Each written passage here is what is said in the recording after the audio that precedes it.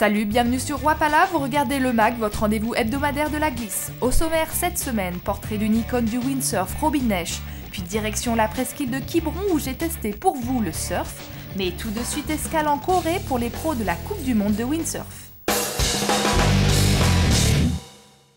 Nouvelle escale pour la Coupe du Monde de windsurf, après l'Autriche, les meilleurs mondiaux de slalom se retrouvent sur la plage de Gina Beach.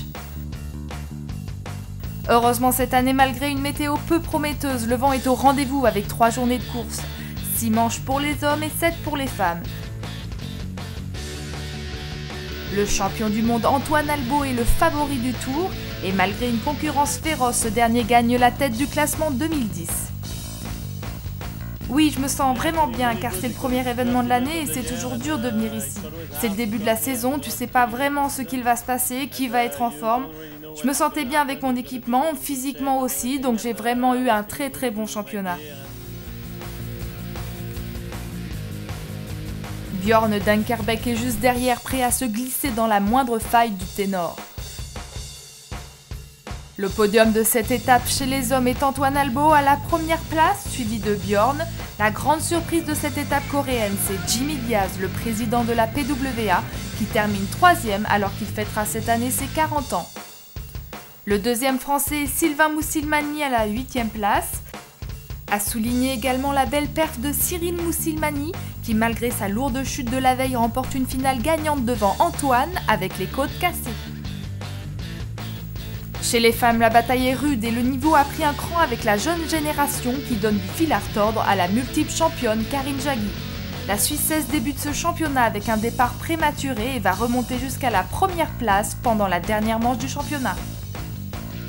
À la seconde place, c'est la freestyleuse Sarakita Ofringa. Alice Arunkins termine 3e alors qu'elle a connu la première place pendant plusieurs jours. La France est plus que jamais une nation forte en windsurf avec à la 4e place Sarah Hébert et à la 5e Morane Demont. Très heureuse, oui, ça a été une course très difficile, de très mauvais départ pour moi, mais après j'ai remonté jusqu'à la fin, on a eu quelques belles journées de nave, ce qui n'est pas toujours le cas ici, donc je suis plutôt très heureuse de ce résultat. Prochaine étape pour la PWA en Espagne le 8 juin, toujours en slalom.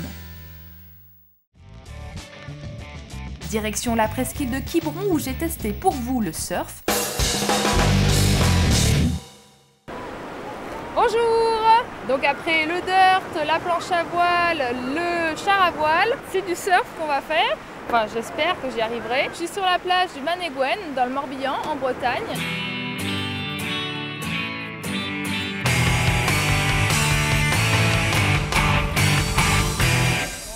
J'ai fait du surf il y a déjà quelques années, mais après des après-midi entières à me faire brasser dans la mousse, j'ai décidé de passer au bodyboard, la biscotte, beaucoup plus facile.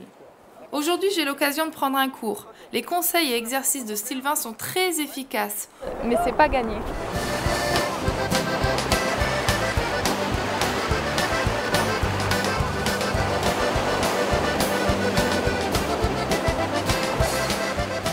Il ne faut pas sauter des étapes, c'est justement ce que j'ai fait à mes débuts. Le plus important en surf, c'est la position sur la planche. C'est pourquoi le premier exercice du jour est primordial. Il faut être équilibré avant de partir au take-off. Ni trop en avant, ni trop en arrière.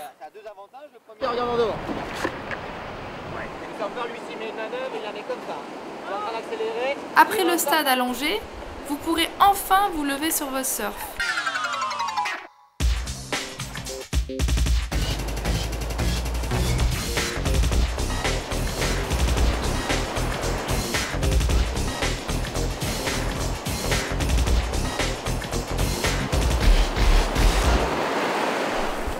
Jambes fléchies, le poids du corps sur la jambe avant, les deux mains qui servent devant et je regarde loin devant moi. Mais le surf, ce n'est pas faire du tout droit. L'intérêt de cette pratique, c'est de suivre la vague. Pour cela, il faut savoir observer et reconnaître une vague qui déroule sur la droite ou sur la gauche.